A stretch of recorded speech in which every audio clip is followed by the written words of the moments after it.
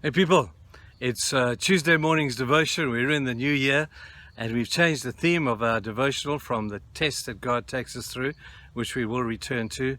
But we take it a week just to talk about what the blessing of God is, what it looks like, and how you get it. Yesterday we spoke about the fact you don't want to go anywhere without the blessing of God. There is no substitute for it. You can't fake the blessing of God. It is obvious when it is there. Today I want to suggest to you that there's no blessing without sacrifice. Now we've all heard that in our church. We use that terminology a lot. There's no blessing without sacrifice. But if there is, it's because somebody has been sacrificing before you. You kids who have the privilege of great upbringing and great privilege of wonderful schools, don't think you're getting there because you're any better than any other kid. You're there because your parents have sacrificed to be able to give you the blessing of good education. Those of you who are out there who think that they might be a little bit better than they probably are, have a look at who did this before you, and you may see that they established the blessing for you. I just have a look at our own church, and I am reaping now the blessing of some amazing people who have gone before me. I recognize the foundation that they put and the great theological foundation that they established so that I could build upon that foundation. I love that. But there's no blessing without sacrifice. If there was, it's because somebody sacrificed before you. As believers, might I suggest Jesus paid the greatest sacrifice ever. And the reason that we are blessed is that he has made that sacrifice. The link between his sacrifice and our blessing is a very fine line that runs between them. But Jesus died, he made the sacrifice, not just so that we could have our sins forgiven, not just so that we could have our guilt and shame taken away, but also so that we'll go to heaven one day. And it's because of his sacrifice that we derive the blessing. Now bring that back into human terms. I see many people who would appear on the outside to be the successful people around us.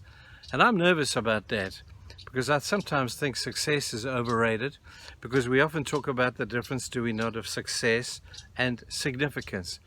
We bury a lot of successful people, do we not? People who the world would say, man, he was a self-made man and he made millions, look what he did, and yeah, we rah that kind of guy on, and we regard him as being successful. Well, I have nothing against that kind of success, but I have a thing against it if it doesn't turn into significance. You see, when you put sacrifice between success and significance, you turn success into significance.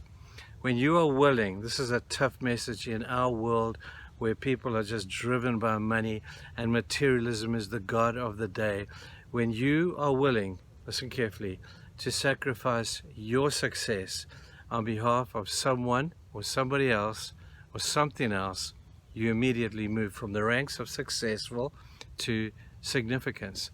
Now, I've met a few amazing people who have done this. Some of them, albeit in our own church, who've taken the wonder of what they would have perceived to be the blessing of God, and they've turned it into this beautiful thing where they're blessed to be a blessing. And when they take their success and sacrifice that in order to help other people, to do something noble, to be compassionate and empathetic towards people, they move from success to significance. To us businessmen and you businessmen out there, what kind of business do you run? Are you driven by this desire for success?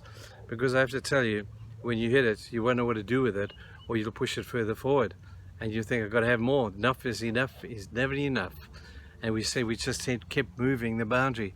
But when we hit that success and we say, God, thank you that I can now look back and say, man, I've done well. That's okay. But never, ever let your success determine who you are, because you'll be selling it far short. Success through sacrifice makes you significant.